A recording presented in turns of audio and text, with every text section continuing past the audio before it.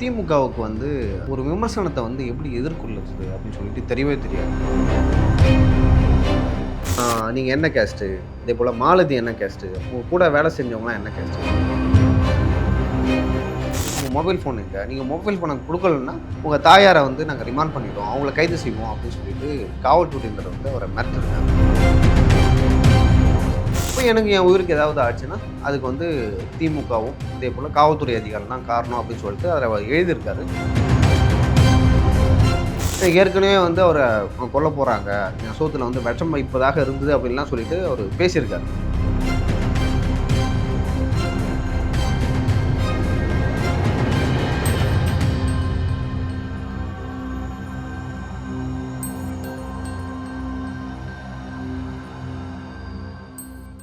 சனாதன தமிழர் சங்கமும் 2025 மற்றும் பேசு தமிழா பேசுவேன் 5வது ஆண்டு விழா வர வியாழக்கிழமை டிசம்பர் 25ஆம் தேதி காலை 8:30 மணி முதல் மாலை 5 மணி வரை சென்னை சேத்பட்டில் இருக்கக்கூடிய சின்மயா ஹெரிடேஜ் சென்டர்ல அமைந்திருக்கக்கூடிய தபோவன் ஹால்ல நடக்க இருக்குது. இந்த நிகழ்வுக்கு நீங்கள் அனைவரும் கலந்து கொள்ள வேண்டும். அனுமதி இலவசம். உங்கள் அனைவருக்குமே எங்க மதிய உணவையும் பேசு தமிழா பேசுவேன் சார்பாக ஏற்பாடு பண்ணியிருக்கோம். பேசு தமிழா பேசு வழங்கும் சனாதன தமிழர் சங்கமும் 2025 powered by Lanco Harmonia Pavilion, Senior Living Apartments at Sri Perambatoor, 2 BHK, just 49 lakh. Associate sponsor Harmony, Homes with Style. Mobility partner B-Caps. Knowledge partner சுவாசம் பதிப்பகம். ஹெல்த் பார்ட்னர் ஜோதி சித்தா மற்றும் யோகவர்ம மருத்துவமனை. மறந்துடாதீங்க, வர டிசம்பர் 25 வியாழக்கிழமை சென்னை சேத்பட்டில் இருக்கக்கூடிய சின்மயா ஹெரிடேஜ் சென்டர்ல அமைந்திருக்கக்கூடிய தபோவன் ஹால்ல காலை 8:30 மணி முதல் சனாதன தமிழர் சங்கமும் 2025 விமர்சையாக நடக்க இருக்குது. உங்களோட அன்போடும் ஆதரவோடும். நன்றி, வணக்கம். ஹாப்பியா, ஹெல்தியா, ஜாலியா ஒரு life. Lanco Harmonia Pavilion, Senior Living Apartments at Sri Perambatoor, 2 BHK, just 49 lakhs. Call 7717273747. மக்களுடன் மனதின் குரல். நாட்டு மக்களுடன் உரையாடும் மோடிஜி. நமோ ஆப் மற்றும் சாரல் ஆப் மூலம் பிரதமரோடு பேசி மகிழும் அரிய வாய்ப்பை பெற்றிடுவீர். வி ரமேஷ், மாவட்ட பொதுச் செயலாளர், மத்திய சென்னை மேற்கு மாவட்ட பாஜக. பேசு தமிழா பேசு நேயர்களுக்கு வணக்கம். இன்னைக்கு நம்ம கூட இருக்கக்கூடிய சிறப்பு விருந்தினர் யாரு அப்படின்னா ஜேர்னலிஸ்ட் லியோ அவர்கள் தான் இணைஞ்சிருக்காங்க. அவங்க கூட தான் பேச போறோம். வணக்கம் சார். வணக்கம். எப்படி சார் இருக்கீங்க? சிறப்பாக இருக்கு சார். இப்போ தொடர்ந்து திமுக தனக்கு எதிராக பேசக்கூடியவங்க மேல ஒரு அராஜகம் தான் பண்ணிட்டு இருக்காங்க, கைது நடவடிக்கை பண்ணிட்டு இருக்காங்க அப்படின்றது சமீபத்தில் கைதான சவுக்கு சங்கர் அவர்கள் மூலியமாவே தெரிய வந்துச்சு. இப்ப கூட இந்த திருப்பூர் விவகாரத்துல ஒருத்தர் அந்த மேயரை எதிர்த்து பேசியிருந்தாரு. அதுக்கு 2வது நாளே அவரை மன்னிப்பு பேசி அவரே வீடியோ வெளியிட்டு இருக்காரு. தன்னுடைய சுதந்திரத்தை யாரு பேசினாலும் திமுகவுக்கு அகைன்ஸ்டா பேசுறாங்க அப்படின்னா இவங்களுக்கு எதிராக திமுக இந்த மாதிரி ஒரு அடக்குமுறையில் ஈடுபடுது அப்படின்ற ஒரு குற்றச்சாட்டு தொடர்ந்து வந்துட்டே இருக்கே சார். இல்லை, இப்போ மட்டும் இல்லை, திமுகவுக்கு ஒரு விமர்சனத்தை எப்படி எதிர்கொள்ளுறது அப்படின்னு சொல்லிட்டு தெரியவே தெரியாது. கலைஞர் கருணாநிதி அவர்கள் இருந்த போதும் சரி, அதுக்கு முன்னாலும் சரி, செல்வி ஜெயலலிதா, அதே போல் அதிமுக, அதே போல் எம்ஜிஆர் அதிமுக, அதே போல் எடப்பாடி பழனிசாமி அதிமுக அப்படின்னா ஒரு விமர்சனம் நேர்மையாக அதே போல் உண்மையாக இருந்தால் வச்சிங்கன்னா அவங்க எதுவுமே பண்ண மாட்டாங்க. பத்திரிகையாளர்களை நான் உடச்சே பேசுகிறேன். பத்திரிகையாளர் அதிமுக தரப்புலேருந்து ஏதாவது பண்ணணும்னு பார்த்தீங்கன்னா அதெல்லாம் ரொம்ப ரேர். நீங்கள் பர்சனல் அட்டாக் பண்ணுறீங்க, இல்லாத ஒரு விஷயத்த கட்டுக்கட்டி சொல்கிறீங்க அப்படின்னா அவங்க வழக்கு போடுவாங்க. அரெஸ்ட் பண்ணுறதுலாம் இறந்தா பட்சம் தான் வழக்கு போட்டு வச்சுப்பாங்க. இப்போ சவுக்கு சங்கர் அவர்களை பற்றி சொன்னீங்க. அவரே அதிமுக காலகட்டத்தில் மிகப்பெரிய அளவில் அதிமுகவை விமர்சனம் பண்ணார். அப்படி பண்ணும்பொழுது அவங்க தரப்புலேருந்து வழக்கு போட்டாங்க. இந்த கோ பேக் மோடிக்கு ஒரு வழக்கு போட்டாங்கன்னு நினைக்கிறேன். அந்த வழக்குமே ரத்த ஆயிடுச்சு. ஸோ அந்த அளவுக்கு தான் அவங்க பத்திரிகையாளர் கூட ஒரு மாதிரி நெருக்கடி இந்த மாதிரியான விஷயங்களை பண்ணுவாங்க. ஆனால் திமுக தரப்பு அப்படி இல்லை. இப்போது ஒரு பார்ட்டி ஸ்டாலின் அவரோட போஸ்டர் ஒரு செவத்தில் ஒட்டி இருக்கும். அதை ஒட்டி இருக்கும்போது அவங்க அடிப்பாங்க. லைக் கீழே கல் எடுத்து என்னமோ அடிப்பாங்க. அடிக்கும்போது அதை ஒரு பையன் சோஷியல் மீடியாவில் போட்டிருக்கான். அந்த பையனை பிடிச்சி அரெஸ்ட் பண்ணாங்க. சரி, யாரோ ஒருத்தங்க அடிக்கிறாங்க, நீங்கள் அடிக்கிறவங்க போய் கேட்கணும் ஏன் அடிக்கிறீங்க அப்படின்னு சொல்லிட்டு அந்த பையன் வீடியோ எடுத்து அதை போட்டிருக்கான். அவனை அரெஸ்ட் பண்ணுறாங்க. இந்த மாதிரி நாம் தமிழர் கட்சியிலையும் நிறைய பேர் கைது செய்யப்பட்டிருக்கிறார்கள். அதே போல் அதிமுகவில் இருக்கிற ஐடி விங்கு சார்பாக நிறைய பேர் அரெஸ்ட் செய்யப்பட்டிருக்கிறார்கள். ஸோ இப்படி திமுகவுக்கு ஒரு விமர்சனத்தை எப்படி எதிர்கொள்வது? அதே போல் இப்போது அக்ஷயா இந்த மாதிரி இது சரியில்லை, அதை மாற்றிக்கோ அப்படின்னு சொல்லிட்டு நீங்கள் ஒரு பொறுப்பில் இருக்கீங்கன்னா நீங்கள் மாற்றிக்க ட்ரை பண்ணுவீங்க. அப்படின்னா என்னை கண்டுக்க மாட்டீங்க. ஓகேங்களா? என்னை பார்த்து லியோ அப்படி சொல்லிட்டான், நான் லியோவை பழி வாங்கணும் அப்படின்னு சொல்லிட்டு அக்ஷயா பண்ணால் அதுதான் தவறு. இப்போ திமுக அதை தான் பண்ணிகிட்டு இருக்காங்க. அவரோட கேஸ் அப்டேட், அரெஸ்ட் பண்ணதெல்லாம் தெரியும். அவரோட கேஸ் அப்டேட் என்னென்னு பார்த்தீங்கன்னா அவரை மன ரீதியாக டார்ச்சர் செய்கிறாங்க அப்படின்னு சொல்லிட்டு அவர் நீதிமன்றத்தில் சொல்லிருக்காரு.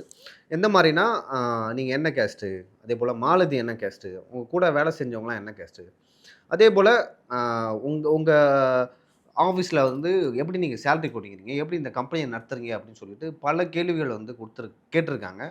அதே போல் அவருடைய மொபைல் ஃபோன், உங்கள் மொபைல் ஃபோனை வந்து யார் எடுத்துகிட்டு போனாங்க, எங்கே இருக்குது மொபைல் ஃபோனு அப்படின்னு சொல்லிட்டு பல கேள்விகள் அவர்கிட்ட கேட்கப்பட்டிருக்கு. திரும்ப திரும்ப அவங்க வந்து அவர்கிட்ட கேட்குற ஒரே விஷயம் என்னென்னா, உங்கள் மொபைல் ஃபோன் எங்கே, நீங்கள் மொபைல் ஃபோனை கொடுக்கலன்னா உங்கள் தாயாரை வந்து நாங்கள் ரிமாண்ட் பண்ணிடுவோம், அவங்கள கைது செய்வோம் அப்படின்னு சொல்லிட்டு காவல்துறையினர் வந்து அவரை மிரட்டிருக்காங்க. ஸோ இந்த அளவுக்கு அவரை வந்து டார்ச்சர் பண்ணியிருக்காங்க. மருத்துவமனைக்கு போகும்போது மருத்துவமனையில் வந்து உங்கள் இசிஜிலாம் எடுத்து சில டைமில் வேரியேஷன் காட்டும். டிப்ரெஷனில் வந்து ஹார்ட் பீட் வந்து அதிகமாகும். அதே bowl like BP அதிகமாகிடுச்சுன்னா heart beat அதிகமாகிடும். ஏற்கனவே அவருக்கு ஆன்ஜியோ பண்ணிருக்காங்க. ஆன்ஜியோ பண்ணும்போது இயல்பாகவே வந்து ஒரு கொஞ்சம் எப்படி சொல்கிறது, கொஞ்சம் பார்த்து தான் இருக்கணும். ஓகேங்களா, கொஞ்சம் அதிர்ச்சி தர விஷயங்களை வந்து லைக் கேட்கக்கூடாது, பேசக்கூடாது, டிப்ரெஸ்ட் ஆகக்கூடாது, பிபியும் ஏறக்கூடாது. ஸோ அந்த அளவுக்கு வந்து பார்த்துக்கணும். ஆனால் வந்து மருத்துவமனையில் வந்து அவரை செக் பண்ணும்போது இந்த மாதிரியான இஷ்யூ அவருக்கு வந்திருக்கு, அப்நார்மலாக இருந்திருக்கு. அப்படி வரும்போது அங்கே இருக்கிற ஒரு டாக்டர் என்ன சொன்னார், அப்நார்மலாக இருக்குது, நீங்கள் ஸ்டான்லி மருத்துவமனையில் போய் சேருங்க அப்படின்னு சொல்லிட்டு காவல்துறையிட்ட சொல்லியிருக்காங்க. காவல்துறை வந்து ஒரு 1/2 அன் ஹவர் வந்து ஹாஸ்பிட்டலே இருந்திருக்காங்க. இருக்கும்பொழுது கொஞ்ச நேரம் கழிச்சு வந்து அதே டாக்டர் வந்து இல்லை எல்லாம் கரெக்டாக தான் இருக்குது, நீங்கள் கொண்டு போகலாம் அப்படின்னு சொல்லிட்டு சொல்லியிருக்காரு. இது எதை காட்டுதுன்னா, அப்போ வந்து யாரோ ப்ரெஷர் கொடுக்குறாங்க. இப்போது செந்தில் பாலாஜி அவர்கள் வந்து அரசு செய்யும்பொழுது வந்து நெஞ்சு வலின்னு நெஞ்சை பிடிச்சிட்டு உங்களுக்கு தெரியும் என்ன நடந்தது. ஆமா சார். அதுக்கப்புறம் வந்து ஓமந்தூர் அரசு மருத்துவமனையில் போயிட்டு அனுமதிக்கப்பட்டார். அப்படி அனுமதிக்கப்படும் பொழுது எப்பொழுதுமே வந்து ஒரு ப்ரொசீஜர் இருக்குது. என்ன ப்ரொசீஜர்னா, ஒரு கைதிக்கு ஏதாவது ஆயிடுச்சுன்னா ஸ்டான்லி மருத்துவமனையில் தான் போய் சேர்க்கணும். ம். ஓகேங்களா, கைதிக்காக இருந்தாலும் சிறையில் இருக்கிற அரசியல்வாதியாக இருந்தாலும் சிறையில் இருக்கிற யாராக இருந்தாலும் வந்து அதான் ப்ரொசீஜர். ஆனால் வழக்கத்திற்கு மாறாக ஓமந்தூரார் அந்த அரசு மருத்துவமனையில் போய் செந்தில் பாலாஜி சேர்க்கப்பட்டார். ஏன்னா வந்து அங்கே நல்லாயிருக்கும், வசதி நல்லாயிருக்கும், அவங்களை வந்து பெருசாக தெரிந்த டாக்டர்கள் இருப்பாங்க. அதே போல் சென்னைக்கு நடுவில் இருக்குது. ஓகேங்களா, இந்த மாதிரியான வசதிகள் வந்து செந்தில் பாலாஜி அவர்களை வந்து ஏற்படுத்தி தரப்பட்டது இந்த அரசால். அதுவும் அதிமுக காலகட்டத்தில் போட்ட ஒரு வழக்கில். நீங்கள் எதுக்கு செந்தில் பாலாஜிக்கு வந்து ஸ்டாலின் மருத்துவமனையை சஜஸ்ட் பண்ணாமல் ஓமந்தூரார் மருத்துவமனை சஜஸ்ட் பண்ணிங்கன்னு ஒரு கேள்வி இருக்குது. இப்போ இதுலேருந்து என்ன தெரியுதுன்னா, அப்போ செந்தில் பாலாஜிக்கு வந்து ஆன்ஜியோ பண்ணாங்களான்னு தெரியாது, அவருக்கு உண்மையாலுமே வந்து ஹார்ட் டிசீஸ் இருந்ததுனான்னு நம்மளுக்கு தெரியாது, உண்மையாகவே நெஞ்சு வலிச்சதா அப்படின்னு பார்த்தீங்கன்னா நம்மளுக்கு தெரியாது. ஆனால் இந்த அரசு வந்து அவர் அமைச்சராக இருக்கான்னு சொல்லிட்டு இத்தனை ஃபேவர் பண்ணுது. ஆனால் சங்கர் அவர்கள் மேலே போடப்பட்டது எல்லாமே பொய் வழக்கு. அது வந்து திமுக காரங்களுக்கு தெரியும், நிறைய காவல்துறைக்கு தெரியும், அதே போல் இந்த மருத்துவர்களுக்குமே வந்து தெரியும், அதே போல் இங்கே ஸ்டாலின் அவர்களும் உதயநிதி அவர்களுக்குமே தெரியும். தெரிந்தும் வந்து இந்த மாதிரியான விஷயங்களை பண்ணுறாங்க. இப்போ எனக்கு என் உயிருக்கு ஏதாவது ஆச்சுன்னா அதுக்கு வந்து திமுகவும் அதே போல் காவல்துறை அதிகாரிகள் தான் காரணம் அப்படின்னு சொல்லிட்டு அதில் அவர் எழுதியிருக்காரு. இது தொடர்பாக வந்து நானும் ஃபெலிக்ஸ் அவர்களும் வந்து ரெட்பிக்ஸ்லேயும் பேசணும். ஸோ இது ஒரு புறம். இப்போ மீண்டும் என்னென்னா, இவருக்கு வந்து நீதிமன்ற காவல் எடுத்திருக்காங்களே, எனக்கு தெரிஞ்சு ஒரு 15 நாளோ 14 நாளோ நீதிமன்ற காவல். இந்த காவல் வந்து 29ஆம் தேதி 30ஆம் தேதியோ முடியுது. அதன் பிறகு தான் வந்து நீங்கள் நீதிமன்றத்தில் ஆஜர்படுத்தி ஏபி வாங்க முடியும், பெயில் வாங்க முடியும். அதற்கு முன்னதாகவே வந்து திருச்சி போலீஸ் வந்து அவர் அரெஸ்ட் செய்யப்படுவதாக ஒரு தகவல் வருது. இந்த தகவல் வந்து எனக்கு வந்து ரீசெண்டாக இப்போ தான் சொன்னாங்க. என்னென்னா, இவரை வந்து அலக்கழிக்கணும், இங்கேருந்து அங்கே எட்டு போகணும், அங்கேருந்து இங்கே எட்டு வரணும் அப்படின்னு சொல்லிட்டு. ஏன்னா உங்களுக்கு தெரியும், இதுக்கு முன்னாடி வந்து அரெஸ்ட் செய்யப்பட்டார். அப்போ அரெஸ்ட் செய்யப்படும்போது வந்து இந்த மாதிரி தான் பண்ணாங்க. எட்டு போய் கூட வந்து ஒரு கார் வந்து ஆக்சிடென்ட் ஆச்சு. ஒரு கார் வந்து அவர் போகிற வாகனத்தில் மோதி அதில் வந்து நிறைய பேர் வந்து காயமடைஞ்சாங்க. இப்போ வந்து இந்த மாதிரி ஏன் கூப்பிட்டு போகிறாங்கன்னா, ஸோ அவர் வந்து சுற்றிக்கிட்டே இருக்கணும், அவருக்கு வந்து ஒரு பயத்தை மூட்டணும். ஏன்னா ஏற்கனவே வந்து அவரை கொல்ல போகிறாங்க, என் சோத்தில் வந்து விஷம் வைப்பதாக இருந்தது அப்படின்லாம் சொல்லிட்டு அவர் பேசியிருக்கார். இந்த சூழ்நிலையில் வந்து இன்னும் வந்து ஒரு பயமுறுத்தல் அந்த மாதிரியான ஒரு விஷயம் தான் நினைக்கிறேன். பொறுத்திருந்து பார்க்கலாம் அவருக்கு என்ன நடக்குது அப்படின்னு சொல்லிட்டு. திமுகவுக்கு எதிராக பேசினாரு அப்படின்ற ஒரே காரணத்துக்காக அவரை கொலை பண்ணிடலான்ற அளவுக்கு போவாங்களா சார்? எனக்கு தெரிஞ்சு போக மாட்டாங்க அப்படின்னு தான் நினைக்கிறேன். ஏன் சொல்கிறேன்னா, இப்போ ஒரு வேளை வந்து அவருக்கு இயல்பாகவே ஏதாவது ஆனாலும் வந்து அதுக்கு திமுகவு தான் காரணம் அப்படின்னு மாதிரியான ஒரு சூழல் உருவாகும். ஏன்னா அவர் வந்து மீண்டும் மீண்டும் அதை சொல்லிகிட்டே இருக்கார். எல்லா நேர்காணலையும் நீங்கள் பார்த்தீங்கன்னா உங்களுக்கு தெரியும். ஏன்னா வந்து எனக்கு இந்த திமுக அரசாங்கம் வந்து 5 வருஷத்தில் 4 முறை அரசு செய்யப்பட்டது. அவர் வந்து ஆன்ஜியோலாம் பண்ணியிருக்காங்க. ஏன்னா அவருக்கு வந்து அந்த அடைப்பு இருந்தால் ஆன்ஜியோ பண்ணியிருக்காங்க. இப்போ மீண்டும் இப்படி அலைக்கழிப்பதால் வந்து இது வந்து இன்னும் அது அதிகமாகிறதுக்கான வாய்ப்பு இருக்குது தான் நான் நினைக்கிறேன். சரி, இப்போ அடுத்த விஷயம் என்ன அப்படின்னா, இன்னுமே கூட அரசு ஒப்பந்த ஊழியர்கள்லாம் வந்து போராட்டத்தில் ஈடுபட்டிருக்காங்க. ஜாக்டோஜி அமைப்பினரை தொடர்ந்து இப்போ செவிலியர்களுமே தங்களுக்கான பணி நிரந்தரம் வேணும் அப்படின்னு கேட்டு போராட்டம் பண்ணிட்டு இருக்காங்க. ஆனாலும் அவங்களுக்கான நிரந்தரம் இவங்க கொடுத்த வாக்குறுதி தான் இன்னுமே நிறைவேற்றப்படலை அப்படின்ற ஒரு கேள்வி இன்னுமே தொடர்ந்து திமுகவில் இருக்கே சார். இப்போ நீங்கள் பார்த்தீங்கன்னா திமுகவில் அரசு ஊழியர்களுக்கு வந்து திமுகவை வந்து ரொம்ப பிடிக்கும். ஏன் பிடிக்குன்னா என்ன சார் புது கதையா இருக்கு? உண்மையாகவே திமுக தான் அடுத்த ஆட்சிக்கு வர வேண்டும். ஏன்னா கலைஞர் கருணாநிதி அவர்கள் இருக்கும்போது பல சலுகைகளை வந்து அரசு ஊழியர்களுக்கு அந்த கட்சி சார்பாக கொடுக்கப்படும். இப்போ இருக்கிற அரசு வந்து முற்றிலும் வந்து தலைகீழாக இருக்குது. எந்த ஒரு சலுகையும் கொடுக்கல, அதெல்லாம் தாண்டி அவங்க தேர்தல் அறிக்கையில் சொல்லியிருப்பாங்கல்ல, அரசு ஊழியர்களுக்கு வந்து பழைய ஓய்வூதியம், செவிலியர்களுக்கு வந்து இந்த மாதிரி வந்து நாங்கள் பணி நிரந்தரம் செய்வோம். அது கொரோனா காலகட்டத்தில் வந்து பணியாற்றினாங்கல்ல, அவங்களுக்கெல்லாம் வந்து நாங்கள் பணி நிரந்தரம் செய்வோம் அப்படின்னு சொல்லிட்டு சொன்னாங்க. அதே போல் அரசு பள்ளிகளில் நீங்கள் போனீங்கன்னா பார்ட் டைம் ஆசிரியராக கொஞ்சம் பேர் இருப்பாங்க. அந்த ஆசிரியர்கள்லாம் வந்து முழு நேர ஆசிரியர்களாக பணியமர்த்தப்படுவார்கள் அப்படின்னு சொல்லிட்டு சொன்னாங்க. அது ஒரு விஷயம். இன்னொரு விஷயம் என்ன பார்த்தோன்னா, அந்த போக்குவரத்து தொழிலாளர்கள் உங்களுக்கு தெரியும், ஒரு 2 வருஷத்துக்கு முன்னாடி வந்து பொங்கல் பண்டிகை அப்போ வந்து பஸ்லாம் எதுவும் ஓடாது, நாங்கள் ஓட்ட விட மாட்டோம், இந்த மாதிரியான விஷயங்கள்லாம் வந்து போக்குவரத்து ஊழியர்கள் சொன்னாங்க. அப்படி சொல்லும்பொழுது ஏன் அப்படின்னு கேட்டிங்கன்னா, இப்போ நான் ரிட்டயர் ஆகணும்னா எனக்கு வந்து ஒரு பல்க் அமௌண்ட் கொடுக்கணும். அதுதான் வந்து புதிய ஓய்வூதிய திட்டம். பழைய ஓய்வூதிய திட்டம்னா உங்களுக்கு வந்து மாதம் மாதம் பென்ஷன் வரும் ஒரு அமௌண்ட். ஓகேங்களா? அது வந்து நீங்கள் சாவர வரைக்கும் வரும். அப்போ வந்து நான் இருக்கேன்னா என் ஒய்ஃபுக்கு வரும், நான் இல்லைன்னா ஒரு வேலை. ஸோ இந்த மாதிரி தான் வந்து பழைய ஓய்வூதிய திட்டம் இருந்துச்சு. ஆனால் இப்போ என்ன பண்ணுறாங்கன்னா, நீங்கள் ரிட்டயர் ஆனோன்னா பல்காக ஒரு அமௌண்ட் கொடுத்துருவோம். ஓகே, அதுக்கப்புறம் உங்களுக்கும் கவர்மெண்ட்டுக்கும் எந்த சம்மந்தமும் இல்லை. ஸோ அந்த மாதிரியான ஒரு ஸ்கீம் எந்த சலுகைகளும் வராது. எந்த சலுகைகளும் வராது. இந்த அந்த புதிய ஓய்வூதிய திட்டத்தை நாங்கள் நிறுத்திட்டு பழைய ஓய்வூதிய திட்டத்தை கொண்டு வரோம் அப்படின்னு சொல்லிட்டு அவங்க சொன்னாங்க, ஒரு வாக்குறுதி. அதையும் நிறைவேற்றல. போக்குவரத்து தொழிலாளர்கள் நான் சொன்னேன்ல, அவங்களுக்கும் வந்து ரிட்டயர் ஆனோடனே இந்த மாதிரி ஃபுல் அமௌண்ட்டும் பே பண்ணுறதில்ல, கொஞ்சம் கொஞ்சமாக கொடுக்குறாங்க. நிறைய பேர் அந்த ஃபுல் அமௌண்ட்டே வர்றதில்ல. இந்த மாதிரியான குற்றச்சாட்டுகள் இருந்தது. அதை நாங்கள் வந்தோடனே சரி பண்ணுறோம் அப்படின்னு சொல்லிட்டு சொன்னாங்க. அவங்க கேட்டாங்க, நிறைய விஷயங்கள் வந்து கேட்டாங்க, அவங்க எதுவுமே பண்ணி தரல. அதே போல் இப்போ நிறைய எடுக்கிற ஊழியர்கள்லாம் பார்த்தீங்கன்னா பணம் கட்டி வராங்க வேலைக்கு. குறிப்பாக வந்து நம்மளுக்கு தெரியும், நேரு அவர்களின் தம்பி வீட்டில் வந்து ஒரு ரெய்டு நடத்தினாங்க. அதில் வந்து நிறைய பேர் மாட்டிருக்காங்கன்னு ஒரு லிஸ்ட்டே நம்மகிட்ட இருக்குது. ஸோ இந்த மாதிரி விஷயங்கள்லாம் நீங்கள் ஒன்றிணைந்து பார்த்தீங்கன்னா, அரசு ஊழியர்களே வந்து மிகப்பெரிய அளவில் திமுக மேலே கோவத்தில் இருக்காங்க. நீங்கள் நிறைய பேர்கிட்ட கேட்டால் அவங்க சொல்லுவாங்க ஊர் சைடில், இந்த கள்ள ஓட்டு போரில் வந்து திமுகவினர் வந்து நல்லா பண்ணுவாங்க அப்படின்னு சொல்லிட்டு. அதை தாண்டி வந்து அரசு ஊழியர்களும் வந்து திமுகவுக்கு ஆதரவாக கள்ளவாக்கு அளிப்பார்கள் அப்படின்னு ஒரு குற்றச்சாட்டு இருக்குது. அது எந்த அளவுக்கு உண்மைன்னு தெரியல, அந்த மாதிரியான ஒரு குற்றச்சாட்டு இருக்குது. இப்போ அரசு ஊழியர்களே உங்களுக்கு எதிராக இருந்தால் அவங்க யாருக்கு வாக்களிப்பாங்க? ஆப்வியஸா அதிமுகவுக்கு தான். அதிமுக இல்லை வேறு ஏதாவது கட்சி. ஆனால் இப்போ எனக்கு வந்து பெரிய கட்சி அதிமுக விட்டால் என்ன பெரிய கட்சி இருக்குன்னா அதிமுக. நான் அதிமுகவுக்கு தான் வாக்களிப்பேன். ஸோ அப்போ அரசு ஊழியர்களும் வந்து திமுகவுக்கு எதிராக திரும்பி இருக்கிறார்கள். இப்போ ரீசெண்டாக வந்து அரசு அந்த நர்ஸுகள்லாம், ஆமாம் சார், உதவியாளர்கள், மருத்துவ உதவியாளர்கள் வந்து போராட்டம் நடத்திருக்காங்க. அவங்க என்ன சொன்னாங்கன்னா, நாங்கள் எங்கள் ஆட்சி வந்தோடனே இந்த கொரோனாவில் வந்து நிறைய பேர் வேலை செஞ்சாங்கல்ல, டெம்பரரியாக வந்து அவங்களாம் வந்து முழு நேர ஊழியர்களாக, இப்போ அரசு ஆரம்ப சுகாதார நிலையம் அப்படின்னு சொல்லிட்டு நீங்கள் ஊர் சைடில் இருக்கும், ஹாஸ்பிட்டலில் இருக்கும், ஊரை சுற்றி வந்து ஆரம்ப சுகாதார நிலையம்னு சொல்லிட்டு செயல்படும். அப்படி செயல்படும்போது அங்கெல்லாம் உங்களுக்கு வந்து நாங்கள் வேலைவாய்ப்பு கொடுக்குறோம் அப்படின்னு சொல்லிட்டு சொன்னாங்க. ஆனால் இன்றைக்கி வரைக்கும் வந்து அந்த பணியை நிரந்தரமாக்கலை. நிறைய பேருக்கு வந்து அந்த பணியே வந்து கொடுக்கல. நிறைய பேர் வந்து ப்ரைவேட்டில் தான் இன்றைக்கும் வேலை செய்திருக்காங்க.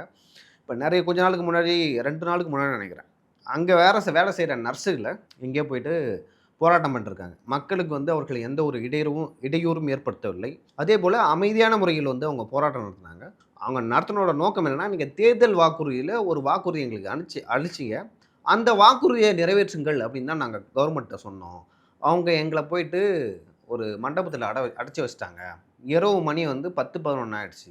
10-11 ஆகும்பொழுது அங்கேருந்து நாங்கள் இங்கே நைட் ஸ்டே பண்ணிக்கிறோம், எல்லாம் லேடிஸாக இருக்கோம், நைட் ஸ்டே பண்ணிக்கிறோம், காலைல போயிடுறோம் அப்படின்னு சொல்லிட்டுருக்காங்க. காவல்துறையினர் வந்து அந்த மண்டபத்தோட ஓனருக்கு வந்து ப்ரெஷர் கொடுத்துருக்காரு, நீங்கள் எல்லாத்தையும் வந்து வெளில அனுப்பிச்சிட்டு கதவை இழுத்து முடுங்க அப்படின்னு சொன்னோடனே, அன்றைக்கி நைட்டு வந்து சரி, நம்ம வீட்டில் வந்து ஒரு பொண்ணு இருந்தால் நாம் வந்து ஒரு பொண்ணை எப்படி பார்க்கணும், நைட்டில் வந்து தனியாக வெளில அனுப்ப மாட்டோம். அதே போல் எந்த அளவுக்கு சேஃபாக இருக்கணும் அப்படின்னு தான் நினைப்போம். ஆனால் இந்த திமுக ஆட்சியில் வந்து பெண்களுக்கு வந்து முழு அளவில் பாதுகாப்பு இருக்குது அப்படின்னு சொல்லிட்டு சொல்கிறாங்க. ஆனால் பெண்களுக்கு எதிரான குற்றங்களும் இங்கே தான் நடக்குது. அப்படியான ஒரு சூழ்நிலையில் நீங்கள் இரவு நேரத்தில் வந்து அனுப்பிச்சிடக்கூடாது. அப்படி அனுப்பிச்சுன்னா நீங்கள் வாகனத்திலே யார் யார் எங்கெங்கே போகணுமோன்னு சொல்லிட்டு போயிருக்கணும். இல்லைனா பொதுவான ஒரு பேருந்து நிலையத்தில், கிளம்பாக்கம் பேருந்து நிலையத்தில் போயிட்டு அதுக்கு அருகில் தான் இருந்ததுன்னு நினைக்கிறேன், அங்கே நிறுத்தி எல்லாரையும் வந்து அவங்க வீட்டுக்கு நீங்கள் அனுப்பிச்சிருக்கலாம். ஆனால் கிளாம்பாக்கம் பேருந்து நிலையத்தெல்லாம் கொண்டு போய் நைட்டாக விட்டுட்டாங்க அப்படின்ற மாதிரி செய்தியுமே வந்துச்சு சார். இல்லை, அதை வந்து கொஞ்சம் பேர் தான் விட்டாங்க, எல்லாத்தையும் வந்து கிளம்பாக்கம் பேருந்து வெளில. ஸோ அங்கேருந்து இரவு நேரத்தில் அவங்க நடந்தே போயிருக்காங்க. நிறைய பேர் நடந்தே அந்த இடத்துக்கு போயிட்டு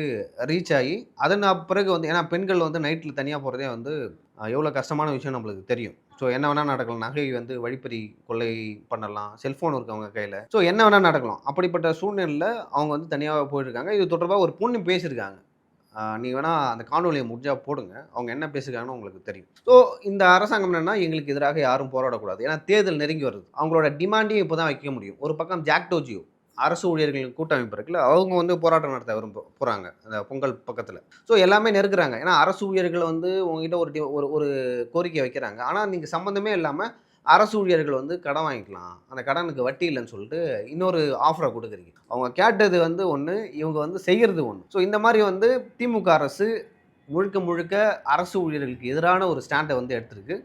இது திமுகவோட எதிர்காலத்துக்கும் அதே போல் இந்த தேர்தல் எப்படி சொல்கிறது, இந்த தேர்தல் வருதில்ல, இதுக்குமே வந்து ஒரு ஒரு நல்ல சகுனமாக, ஒரு நல்ல அறிகுறியாக நான் பார்க்கல. சரி, இப்போ அடுத்த விஷயம் என்ன அப்படின்னா, ரெட்பிக்ஸ் பெலிக்ஸ் ஜேர்னலிஸ்ட் அவர்களை பற்றி எல்லாருக்குமே தெரியும். இப்போ சமீபத்தில் அவர் தாவேகா தலைவர் தலைமையில் வந்து இணைஞ்சிருக்காரு அப்படின்ற செய்தி வந்துச்சு. ஸோ அதை தொடர்ந்து இன்னும் எத்தனை பேர் அந்த கட்சிக்கு போவாங்க? இவங்க இல்லை, போனதுக்கான அவர் பின்னணி செங்கோட்டையன் ஏதாவது அவர்கள் வந்து இணைந்தப்ப இந்த அதிமுக தரப்புலேருந்து நிறைய பேர் போவாங்க அப்படின்னு சொல்லிட்டு சொல்லப்பட்டது. ஆனால் அதிமுகவில் ஏன்னா ஒரு அரசியல் கட்சி எப்படி இயங்குது, ஒரு அரசியல் கட்சி வெற்றி பெறுமா தோல்வி வருமா, அதோட எதிர்காலம் என்ன அப்படின்னு சொல்லிட்டு ஈஸியாக ஒரு நல்லா பாலிடிக்ஸ் தெரிஞ்ச, ஒரு அரசியல் நல்லா தெரிஞ்ச ஒரு அரசியல்வாதியால் கணிக்க முடியும். ஓகேங்களா? செங்கோட்டையன் அவர்கள் இணைஞ்சார். அவர் இணையும் போதே நிறைய பேர் இணைஞ்சிருக்கலாம், ஏன் இணையில? அதன் பிறகும் வந்து ஈரோட்டில் அந்த கூட்டம் நடந்தது, அங்கேயே நிறைய பேர் இணைஞ்சிருக்கலாம், ஏன் இணையில? ஏன்னா யாருக்குமே வந்து விருப்பம் இல்லை. ஸோ அதனால தான் போகல. ஸோ ஏன்னா தமிழக வெற்றி கழகத்தோட எதிர்காலம் என்னவா இருக்குன்னு சொல்லிட்டு யாருக்குமே தெரியல. அதற்காக அவரை நான் குறைச்சி மதிப்பிடல. ஓகேங்களா? அவர் ஒரு பெரிய தாக்கத்தை தனியாக நின்றால் ஏற்படுத்துவார். அவர் இன்னும் யார் யார் கூட கூட்டணி வைக்க போகிறான்னு நம்மளுக்கு தெரியல. ஸோ இப்படிலாம் அப்படி இருக்கும்போது நம்ம இப்போ ஜட்ஜ் பண்ணக்கூடாது. இனிமேல் யார் யாரெல்லாம் இணைய போகிறாங்க அப்படின்னு நம்மளுக்கு தெரியல. ஆனால் ஃபெலிக்ஸ் அவர்கள் வந்து இணைந்ததுக்கான காரணம் என்னென்னா, தமிழ்நாட்டில் வந்து நிறைய ஜேர்னலிஸ்ட் இருக்காங்க, உங்களுக்கு தெரியும். ஜேர்னலிஸ்ட்னு சொல்லுவாங்க, நான் பேசுறது தான் உண்மைன்னு பேசுவாங்க. அதே போல் நான் நடுநிலையாளன் அப்படின்லாம் பேசுவாங்க. அப்படி பேசிட்டு ஒரே ஒரு கட்சிக்கு, ஒரே ஒரு சித்தாந்தத்துக்கு, ஒரே ஒரு தலைவருக்கு வந்து ஆதரவாக பேசுவாங்க. அவங்க ஜேர்னலிஸ்ட் இல்லை. நீங்கள் வந்து வாக்களிக்கிறதா இருந்தால் ஏதோ ஒரு கட்சிக்கு தான் வாக்களிக்க போகிறீங்க. ஓகேங்களா? இப்போ அக்ஷயா வந்து என்னதான் ஜேர்னலிஸ்ட்டாக இருந்தாலும் ஓட்டு போடும்போது ஏதோ ஒரு கட்சிக்கு, உதயசூரியனுக்கோ, இரட்டை இலைக்கோ, இல்லை தமிழக வெற்றி கழகத்துக்கோ, நாம் தமிழருக்கோ, யாராவது ஒருத்தவங்களுக்கு வந்து வாக்களிப்பீங்க. ஓகேங்களா? அதே போல் நானும் அப்படி தான். நான் இரட்டை இலைக்கோ, இல்லை வந்து நாம் தமிழருக்கோ, விஜய் அவர்களுக்கோ வந்து வாக்களிக்கலாம். சரி, எனக்கு வந்து நிறைய ஆப்ஷன் இருக்குது. ஓகேவா? நான் என்ன தான் ஜேர்னலிஸ்ட்டாக இருந்தாலும் நான் ஓட்டு போடும்போது ஏதோ ஒரு கட்சிக்கு தான் போட முடியும். ஆனால் அதை நான் வெளில காட்டவே கூடாது. வெளில காட்ட மாதிரி பேச முடியாது. இப்போ திமுகவுக்கு தான் நான் ஒரு திமுக சார்பாக பேசுகிறேன்னா வச்சுக்கேன், இஷ்யூ பேஸ்டு ஒரு இஷ்யூ நடக்குது. இப்போ அரசு ஊழியர்களுக்கு போராட்டம் நடக்குது. அவங்களோட கோரிக்கை என்ன அப்படின்னு சொல்லிட்டு அவர்கள் பக்கம் நின்று நான் பேசணும். ஓகேங்களா? ஆனால் இங்கே இருக்கிற பத்திரிகையாளர் என்னென்னா இஷ்யூ விட்டுறாங்க. அதிமுகவில் வந்து என்ன பிரச்சனை நடக்குது, அதிமுக என்ற கட்சி மேலே வந்து என்னென்ன வழக்குகள் இருக்குது, அதிமுக கட்சியிலேருந்து யார் போக போகிறாங்க, ஓபிஎஸ் அதிமுகவில் இணைவாரா, டிடிவி தினகரன் வந்து என்டிஏ கூட்டணிக்கு வருவாரா, எடப்பாடி பழனிசாமி அமித்ஷா சொல்கிறது தான் கேட்குறாரா அப்படின்னு சொல்லிட்டு இதுதான் வந்து டிபேட்டாக இருக்கும். இது சம்மந்தமாக தான் வந்து அவங்க வலைதளத்தில், சமூக வலைதளத்தில் பதிவிடுவாங்க. ஓகேங்களா? இத்தகைய சூழலில் அவங்களாம் வந்து திமுக துண்டு போடாமல் திமுகவுக்கு ஆதரவாக வேலை செய்கிறாங்க. திமுகவுக்கு எதிராக ஒரே ஒரு வார்த்தை கூட அவங்க பேச மாட்டாங்க. சில யூடியூபர்ஸ் இருக்காங்க, அதே போல் சில மெயின் ஸ்ட்ரீம் மீடியாவில் இருக்கவங்களும் வந்து அதை பண்ணுறாங்க. ஆனால் ஃபெலிக்ஸ் ஜெரால் வந்து ரொம்ப ஜென்யூனாக நடந்துக்கிட்டார். நான் டிவிகேக்கு சப்போர்ட் பண்ணுறேன், நான் தொடர்ந்து டிவிகேக்கு வந்து ஒரு சேனலை வந்து சப்போர்ட் பண்ண முடியாது, ஸோ அதுக்காக வந்து அந்த கட்சியில் போய் இணைஞ்சிக்கிறேன் அப்படின்னு சொல்லிட்டு ஒரு தீர்க்கமான முடிவு எடுத்திருக்காரு. அது உண்மையாலுமே வந்து பாராட்டத்தக்கது. அவர் ஏன் போனார், எதுக்கு போனார், அது நம்மளுக்கு தேவையில்லாதது. அப்படி போனாலும் அவருடைய அரசியல் பணி சிறக்க வாழ்த்துக்கள். நான் கேட்டதுக்கு அவர் என்ன சொன்னார்னா, ஏன் போனீங்க அப்படின்னு கேட்டு, இல்லை எனக்கு வந்து நான் 25 வருஷமாக வந்து இந்த ஃபீல்டில் இருக்கேன். அப்படி இருக்கும்பொழுது எனக்கு வந்து இந்த கட்சிக்கு மேலே நம்பிக்கை இல்லை, திமுக மேலே சுத்தமாக இல்லை, அதிமுக கூட பரவாயில்ல, திமுக மேலே சுத்தமாக இல்லை அப்படின்னு சொல்லி நான் பேசும்போது சொன்னார். அப்படி சொல்லும்போது எனக்கு ஒரு மாற்றம் வரும்னு நான் எதிர்பார்க்குறேன். அதுக்கு டிவிக்கே வந்து ஒரு நல்ல ஆப்ஷனாக இருக்கணும் நான் நினைக்கிறேன், அதனால் போகிறேன். ஸோ இப்படிப்பட்ட சூழ்நிலையில் அவர் வந்து ஒரு மீடியாவில் வேலை செய்கிறாரு. அவர் மீடியா இருந்துக்கிட்டே வந்து ஒரு கட்சிக்கு ஆதரவாக செயல்பட்டால் நாமளுமே அந்த விமர்சனம் வைப்போம், என்ன ஒரு திமுக கட்சிக்காரர் மாதிரி பேசுகிறாரு அப்படின்னு சொல்லிட்டு.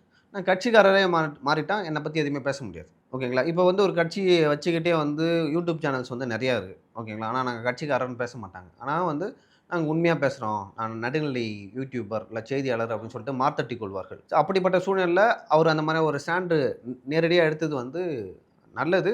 அதை வந்து இங்கே யாருமே ஏன் கிரிட்டிசைஸ் பண்ணலைன்னா அவங்களுக்கெல்லாம் காண்டு. நெட்ஃப்ளிக்ஸ்ன்றது உங்களுக்கு தெரியும். எனக்கு தெரிஞ்சு அவர் தான் வந்து தமிழ் அரசியல் அந்த யூடியூப் சேனல்ஸில் அவர் தான் பயணியர் மாதிரி. அவர் தான் ஒரு ஆஃபீஸ் போட்டு முதலாக லைக் பொலிட்டிக்கலுக்குனே தனி ஒரு யூடியூப் சேனல் ஆரம்பித்தார். அதுக்கு முன்னாடி வந்து சின்ன சின்ன சேனல் இருந்துச்சு. ஒரு மெயின் ஸ்ட்ரீம்லேருந்து வந்து தனியாக வந்து யூடியூப் சேனல் வச்சது அவர் தான். அவரே அந்த மாதிரியான ஒரு முடிவு எடுக்கிறாருன்னா அவரோட தனிப்பட்ட விருப்பம் அது. அதில் நம்ம வந்து எந்த கருத்தும் சொல்லக்கூடாது. அவருக்கு வந்து ரீசனும் சொல்கிறாரு இதெல்லாம். பொறுத்து இருந்து பார்க்கலாம் அதுக்கு பின்னாடி என்ன நடக்குது அப்படின்னு சொல்லிட்டு. ஆனால் இங்கே நிறைய பேர் வந்து என்ன பண்ணுவாங்கன்னா, நான் வந்து பத்திரிக்கையாளர்னு சொல்லிட்டு திமுகவுக்கும் அதே போல் அந்த திராவிட சித்தாந்தத்துக்கும் அதே போல் ஸ்டாலின் அவர்களுக்கும் உதயநிதி அவர்களுக்கும் துதிப்பாடுவார்கள். அவர்களோட பெருமைகள்லாம் பேசுவாங்க. ஆனால் இஷ்யூவை பேச மாட்டாங்க. இப்போ திமுகவில் வந்து எவ்வளோ பாலியல் குற்றங்கள் நடக்குது, எவ்வளவோ ஊழல் நடக்குது, எத்தனையோ உட்கட்சி பிரச்சனைகள் இருக்குது. கட்சியில் வந்து லைக் உதயநிதிக்கும் சபரீஷனுக்கும் வந்து பனிப்போர்ன்றாங்க, கனிமொழிக்கும் ஸ்டாலினுக்கும் பனிப்போர்ன்றாங்க. இத்தனை விஷயங்கள் வந்து திமுகவில் நடக்குது. இது குறித்தும் வந்து ஒரே ஒரு வார்த்தை கூட அவர்கள் பேச மாட்டாங்க. ஓகேங்களா? அவர்கள் என்னென்னா, நாங்கள் தான் ஜேர்னலிஸ்ட்டு, திமுக என்ன சொல்லுதோ, பெண் டீம் என்ன சொல்லுதோ, இல்லை திமுகவுக்கு சார்பாக வேலை செய்யும் ஸ்ட்ராட்டஜி டீம் என்ன சொல்லுதோ அதைத்தான் அவர்கள் கேட்பார்களே தவிர ஒருபோதும் வந்து திமுகவின் தவறுகளை வந்து சுட்டியே காட்ட மாட்டாங்க. இப்போது அந்த ராம்கி நிறுவனத்தில் அவங்க ஒரு ஸ்டாண்ட் எடுத்தாங்க அந்த துப்புரவு தொழிலாளர்கள் விஷயத்தில். என்னென்னா, இவங்க வந்து அந்த துப்புரவு தொழிலாளர்களை பணி நிரந்தரமாக்க மாட்டாங்க, அரசு வேலைக்கு கொடுக்க மாட்டாங்க. ஆனால் ராம்கி நிறுவனத்தை வந்து எதிர்ப்பாங்க. அந்த ராம்கி நிறுவனத்தை யார் கொண்டு வர்றாங்கன்னா, மு.க. ஸ்டாலின் அவர்கள் தான் கொண்டு வர்றாரு. மு.க. ஸ்டாலின் அவர்களை வந்து விமர்சனிக்க மாட்டாங்க, ஆனால் ராம்கி நிறுவனத்தை போய் விமர்சிப்பாங்க. இதுதான் அவங்க ஸ்டாண்ட். அதிகபட்சம் வந்து திமுக விமர்சிக்கோட லட்சணம் அதான் அவங்கள பொறுத்த வரைக்கும். என்னை பொறுத்த வரைக்கும் இவர் வந்து கொஞ்சம் ஜெனியூனாக சொல்லிட்டாரு, அவன்ப்பா நான் டிவி கேட்குறான் என்ன அப்படின்னு சொல்லிட்டு. அந்த வரிசையில் உங்களையும் எதிர்பார்க்கலாமா சார்? இல்லை வாய்ப்பு இல்லை.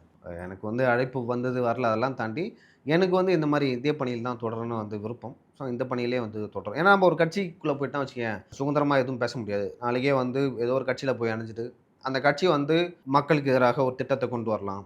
அதே போல் நம்மளுக்கு ஊழல் செய்யலாம். நம்மளுக்கு ஒரு சித்தாந்தத்து மேலே ஒரு பிடிப்பு இருக்குன்னு வச்சிங்களேன், அந்த சித்தாந்தத்துக்கு ஏதாவது பேசலாம். எப்பாகவே பத்திரிகையாளருக்கு வந்து ஒரு சித்தாந்தம் இருக்குதான்னு வச்சிங்களேன், ஆனால் அவர்கள் கொண்ட சித்தாந்தத்திலே அவங்களுக்கு வந்து எதிரான ஒரு நிலைப்பாடை எடுக்கலாம். அப்படி எடுக்கும்பொழுது நம்மளாக சுதந்திரமாக செயல்பட முடியாது. அதனால் வந்து நான் இணையத்துக்கான வாய்ப்புகள்லாம் வந்து மிக மிக குறைவு. நிச்சயமா சார், எங்கள் கூட இணைந்து பல கருத்துக்களை பகிர்ந்துக்கிட்டீங்க. ரொம்ப நன்றி சார். நன்றி. உலக தமிழ் சொந்தங்களுக்கு வணக்கம். நான் ராஜவேல் நாகராஜன். பேசு தமிழா பேசு வலையொலியுடைய வளர்ச்சிக்கு நீங்களும் உறுதுணையாக இருக்கணும்னு நினச்சிங்கன்னா இந்த வீடியோடைய டிஸ்கிரிப்ஷனில் இருக்கக்கூடிய ரேசர் பே லிங்கை கிளிக் பண்ணுங்கள். அந்த லிங்க்கில் போயிட்டு உங்களுக்கு விருப்பமான தொகையை பேசு தமிழா பேசுவனுடைய வளர்ச்சிக்கு உங்களுடைய பங்களிப்பாக நீங்கள் கொடுக்கலாம். நன்றி, வணக்கம். பேசு தமிழா பேசு சேனலுக்கு ஆதரவு தந்து கொண்டிருக்கக்கூடிய பார்வையாளர்களுக்கு வணக்கம். அரசியல் ஆன்மீகம்னு மட்டும் இல்லாம இப்போ ஹெல்த்லயும் நம்ம வந்தாச்சு. ஹெல்த் சம்பந்தமான பிரச்சனைகளுக்கும் ஹெல்த் டிப்ஸுக்கும் ஹெல்த் கேருக்கும் இல்ல ஹெல்த் பத்தி ஏதாவது தெரிஞ்சுக்கணும் அப்படின்னு நினைச்சீங்கன்னா ஹெல்த் குரு சேனல் கண்டிப்பா உங்களுக்கு யூஸ்ஃபுல்லா இருக்கும். பேசு தமிழா பேசு சேனலுக்கு கொடுக்கக்கூடிய இதே சப்போர்ட்டை ஹெல்த் குரு யூடியூப் சேனலுக்கும் கொடுத்து அந்த சேனலை சப்ஸ்கிரைப் பண்ணி உங்க நண்பர்களுக்கு ஷேர் பண்ணும்படி கேட்டுக்கிறோம். நம்ம ஹெல்த் குரு சேனலோட லிங்கை டிஸ்கிரிப்ஷன்ல தரோம், மறக்காம செக் பண்ணி பாருங்க.